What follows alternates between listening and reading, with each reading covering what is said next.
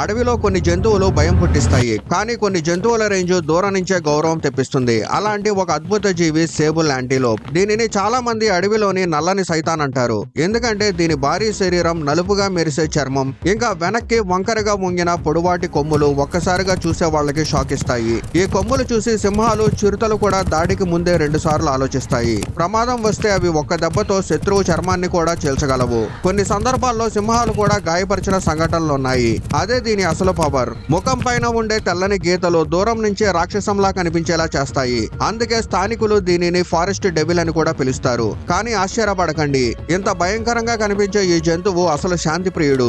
ఇది గడ్డి, ఆకులు, చిన్న మొక్కలు మాత్రమే తింటుంది. ప్యూర్ శాకాహారి. సేబుల్ యాంటీపోలు ముఖ్యంగా ఆఫ్రికాలోని జాంబియా, బొట్స్వానియా, టాంజానియా, కెన్యా ప్రాంతాల్లో కనిపిస్తుంది. ఇది భయంకరంగా కనిపించినా కానీ ప్రకృతికి ఒక శాంతి స్వరూపం. అడవి ప్రపంచంలో రూపాన్ని బట్టి తీర్పు చెప్పలేమని ఇది నిరూపిస్తుంది.